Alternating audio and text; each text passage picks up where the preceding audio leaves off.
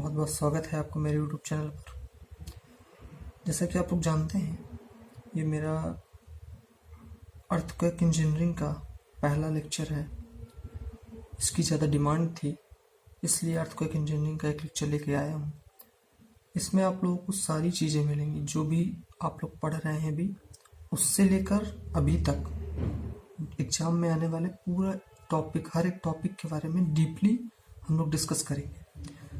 इसमें दोनों छात्रों को की सुविधा के लिए देखा गया है कि अगर हिंदी वाले हैं तो वो हिंदी से भी पढ़ सकते हैं, जो इंग्लिश वाले हैं वो इंग्लिश से पढ़ सकते हैं। मैं यहाँ इंग्लिश में बात करूँगा, ना कि इंग्लिश में और ना ही हिंदी में, ठीक है। चलिए हम लोग डिस्कस करते हैं। सबसे पहले देख लेते हैं कि अर्थक्वेक होता क्या है। हम सभी जानते हैं अर्थक्वेक क्या होता है। हम लोगों ने अपने घर में देखा ही होगा कि जब भी अर्थक्वेक आता है तो कोई भी अगर मटेरियल रखा होता है वो वाइब्रेट होने लगता है, उसमें शॉक्स जनरेट हो जाते हैं। तो हम ये बोल सकते हैं कि ऐसे कोई भी कंपन जो पृथ्वी की सतह पर आते हैं उसे हम लोग अर्थक्वेक कहते हैं, ठीक है। हम लोग ये बोल सकते हैं the vibration and shocks comes on the earth surface is known as earthquake, ठीक है। फिर इसके बाद हम लोग बात कर लेते हैं इंटीरियर अर्थ स्ट्रक्चर।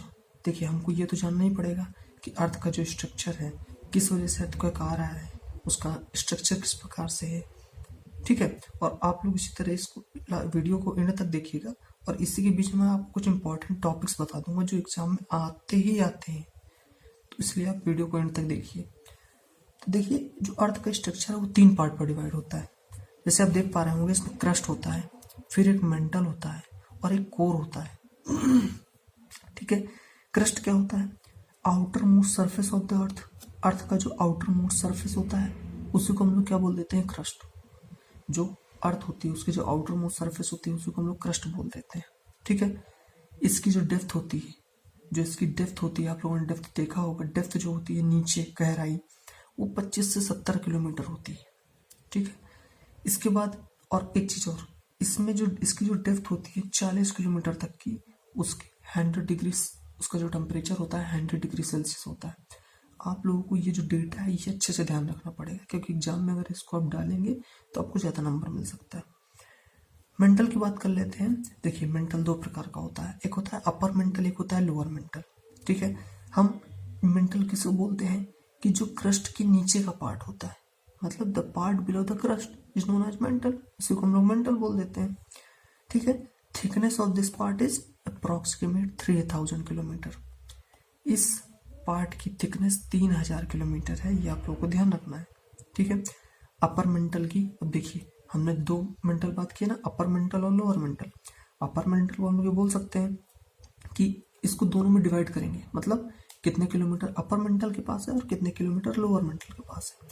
तो अपर मेंटल को हम डिस्क्राइब कर सकते हैं कि इसकी जो थिकनेस है, जो इसकी डेप्थ है, वो क्रस्ट के आखिरी, जैसे क्रस्ट की डेप्थ क्या थी 25 से 70 किलोमीटर, अब उसी के जस्ट नीचे ये 650 किलोमीटर अपर मेंटल है, और उसके बाद 2350 किलोमीटर आपका लोअर मेंटल है। आगे हम लोग बात करते हैं कोर की, है ना। देखिए, कोर में क्या है? कोर ये इनर पार्ट होता है, अर्थ का एक सबसे अंदर का पार्ट होता है कोर, ठीक है। ये भी 2 प्रकार का होता है, एक होता है आउटर कोर, एक होता है इनर कोर। आप लोग देख पा रहे होंगे आउटर कोर और इनर कोर। आउटर कोर को हम लिक्विड कोर भी कहते हैं। वो क्यों कहते हैं? इसलिए कहते हैं क्योंकि इसमें जो मटेरियल हमको प्राप्त होता है वो लिक्विड कंडीशन में होता है। इनर कोर क्या होता है? इनर कोर को हम सॉलिड कोर भी बोलते हैं। क्यों बोलते हैं? क्योंकि इसमें जो मटेरियल प्राप्त होता है वो सॉलिड कोर में प्राप्त होता है, ठीक है। देखिए, आप लोग इसको ना सुनते जाएंगे ना, तो आप लोगों को वहाँ एग्जाम में लिखने के लिए ना सिर्फ आप लोगों को इस वीडियो को अच्छे से देखना पड़ेगा, बाकी आप लोग अपने से बना के भी लिख सकते हैं, ठीक है ना। अब देखिए, अगर हम इसकी थिकनेस की बात कर लें, अपर कोर की जो थिकनेस होती है अप्रॉक्सीमेटली 2200 किलोमीटर होती है, ठीक है ना। तो देखिए, जो इसमें मैक्सिमम कंडीशन में हमको मोल्टर आयरन प्रेजेंट होता है, ठीक है। और इसकी जो रेडियस होती है इनर कोर की अप्रॉक्सीमेटली 1300 किलोमीटर होती है, और थिकनेस 2600 किलोमीटर होती है, आप लोग देख सकते हैं, ठीक है। अब हम लोग आगे बात कर लेते हैं कि मूवमेंट किस प्रकार से होती है, ठीक है। अब आगे हम लोग ये बात करते हैं मूवमेंट इनसाइड द अर्थ। अर्थ में मूवमेंट किस प्रकार से होती है? देखिए, अर्थ में मूवमेंट 2 प्रकार से होती है, सर्कुलेशन होता है और एक होता है प्लेट टेक्टोनिक। हम लोग जानते हैं कि टेक्टोनिक प्लेट जब आपस में टकराती हैं तो एक वेव्स निकलती हैं, जो एक कंपन उत्पन्न होता है, जिसको हम अर्थक्वेक बोलते हैं। एक डेफिनेशन ये भी बोल सकते हैं, लेकिन ये टेक्निकल लैंग्वेज में, एक इंजीनियरिंग लैंग्वेज में कैसे लिखेंगे वो समझना है हमको, ठीक है ना। तो सर्कुलेशन की बात करते हैं सबसे पहले। सर्कुलेशन में देखिए क्या लिखा है, inside the earth molten metal under high pressure and high temperature moves in the form of current. मतलब क्या कह रहा है, ये कह रहा है कि अर्थ के अंदर मोल्टन मेटल जो होता है उसमें हाई प्रेशर और हाई टेम्परेचर में एक करंट मूव करता है बिटवीन कोर एंड क्रस्ट। मतलब कोर क्या हो गई, सबसे अंदरूनी सतह, और क्रस्ट क्या हो गई, सबसे ऊपरी सतह। इनके बीच में करंट मूव करता है और necessary energy for flow of this metal is received from radio active element. और जो अर्थ के अंदर रेडियो एक्टिव एलिमेंट प्रेजेंट होते हैं उसके द्वारा क्या मिलता है हमको, नेसेसरी, मतलब एक तरह से क्या बोल सकते हैं कि नेसेसरी मेटल पर रिसीव होता है एनर्जी के थ्रू। उस पर लिखा है ना कि energy, necessary energy for flow of this metal is received from radio active element present in the earth. जो अर्थ में रेडियो एक्टिव एलिमेंट प्रेजेंट है उसके कारण। देखिए इसमें एक पॉइंट ये आप लोग लिख सकते हैं कि this molten metal sometime broke the loose and soft rock and comes out on the crust of earth and after cooling again it forms rock।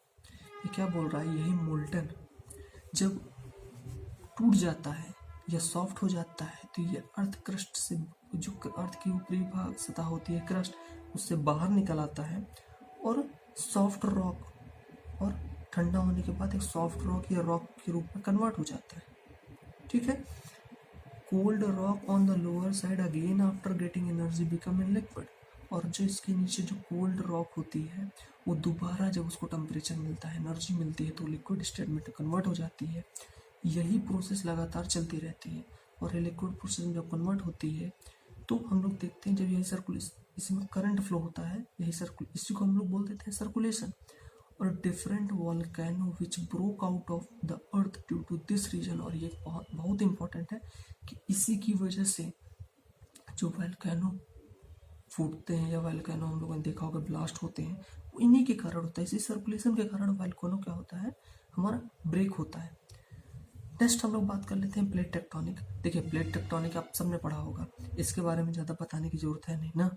इसके बारे में बस आप लोग इतना समझ लीजिए कि रिक्टर स्केल आप लोग लिख सकते हैं एग्जाम में, अगर आ सकती है, कि सबसे हाईएस्ट कंडीशन पर कितना होना चाहिए और किस हिसाब से हम लोग उसको लेते हैं। देखिए अर्थक्वेक की कैटेगरी क्या है, डिस्ट्रक्शन है, मेजर है, स्ट्रॉन्ग है, मीडियम है, लाइट है और माइल्ड। मतलब सूक्ष्म है सबसे कम, उससे ज़्यादा मध्यम, मतलब बहुत, मतलब हल्का सा इसमें खतरा है, इसमें उससे ज़्यादा खतरा है और इसमें सबसे ज़्यादा खतरा है। डिस्ट्रैक्शन मतलब बहुत ही ज़्यादा डेंजरस, ठीक है ना। अब डेंजरस कब है, जब इसका रिक्टर स्केल 8.0 से अधिक होगा। और ये कब बोला गया है, 1 ईयर की ऑकरेंस को लेकर। मतलब हमने एक एवरेज निकाला है जिसमें हमने देखा कि एक साल में अगर इतने रिक्टर स्केल का भूकंप आता है तो डिस्ट्रक्शन उसको कैटेगरी में रखेंगे उसको। इसी तरह आप लोग मेजर पे देख पा रहे होंगे 7.0 से 7.9 रिक्टर स्केल पे, ठीक है।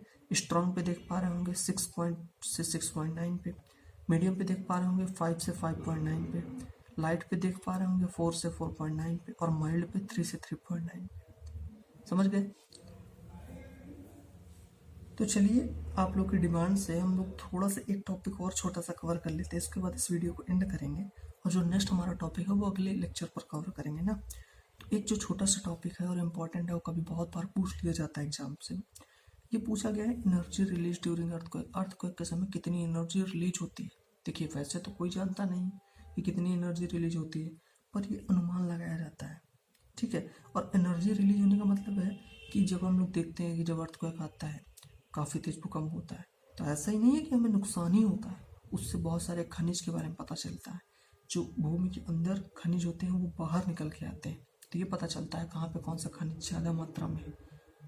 तो कहीं ना कहीं नुकसान भी है और कहीं ना कहीं उसका लाभ भी है। तो देखिए हम इस पर बात करते हैं energy release during earthquake. Earthquake के समय एनर्जी जो रिलीज होती है, the behaviour of rocks of earth crust is like elastic material. जो रॉक जो होती है अर्थ में, उसका जो बिहेवियर होता है वो इलास्टिक मटेरियल की तरह होता है, ठीक है। Because of earth behaviour strain energy is stored, this energy is produced due to the movement of tectonic plate. हम लोग बोल सकते हैं कि टेक्टोनिक प्लेट के मूवमेंट की वजह से एनर्जी भी क्या करती है, प्रोड्यूस होती है, ठीक है। और moreover rocks are made of elastic and brittle material.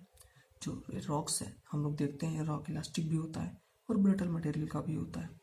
When these rock are of weak nature, जब यही रॉक कम बहुत वीक नेचर का होता है तो ये suddenly speed of sliding of their rock increases, resulting a big quantity of energy released that is seen in the form of wave on earth's surface। इसमें हमको क्या देखना, हमको सडन स्पीड देखने को मिलती है कि जब रॉक के स्लाइडिंग नेचर पे हमको सडन इंक्रीजमेंट देखने को मिलता है अधिक क्वांटिटी। एक लाइन है जो आप लोग इसके बाद देखेंगे, बहुत इंपॉर्टेंट है, मैं तो कह रहा हूँ उसको आप लोग अंडरलाइन करके रखिएगा, बहुत इंपॉर्टेंट है ये लाइन। इसमें क्या दिया है, इसमें ये लिखा हुआ है कि इसमें देख सकते हैं ये वाली लाइन जो दिया है, as per study energy released in earthquake occur in 2001 in Bhuj, मतलब 2001 में भुज में जो भूकंप आया था उसमें जो एनर्जी रिलीज हुई थी that was 4 times more than energy of atom bomb which was dropped in Nagasaki in 1945। ये कह रहा है कि जो अर्थक्वेक भुज में 2001 में आया था उससे जो एनर्जी रिलीज हुई थी उसके कंपैरिजन में वो मतलब उसको अगर कंपेयर करें नागासाकी पर जो एटम बम गिराया गया था उससे, तो वो 400 गुना अधिक एनर्जी अर्थक्वेक पर रिलीज हुई थी। समझ रहे हैं कितनी एनर्जी रिलीज होती है, ठीक। तो energy produced during earthquake per year is in the range of 10 to power 25 to 10 to power 26 energy, while developed country like America, USA consumes energy 10 to power 26 in whole year। समझा गया। आप लोग ये point जो है as per study energy released in earthquake, ये point जरूर mention करिएगा आप लोग अपने एक बोर्ड्स एग्जाम में, ठीक है। तो चलिए हम लोग इस वीडियो को यहीं पर एंड करते हैं और आप लोग इस वीडियो को लाइक शेयर सब्सक्राइब जरूर करें ताकि हमारे चैनल को सपोर्ट अधिक से अधिक मिल पाए और हम आप लोगों के लिए अच्छे से अच्छी वीडियो बनाने की कोशिश कर सकें, ठीक है। धन्यवाद।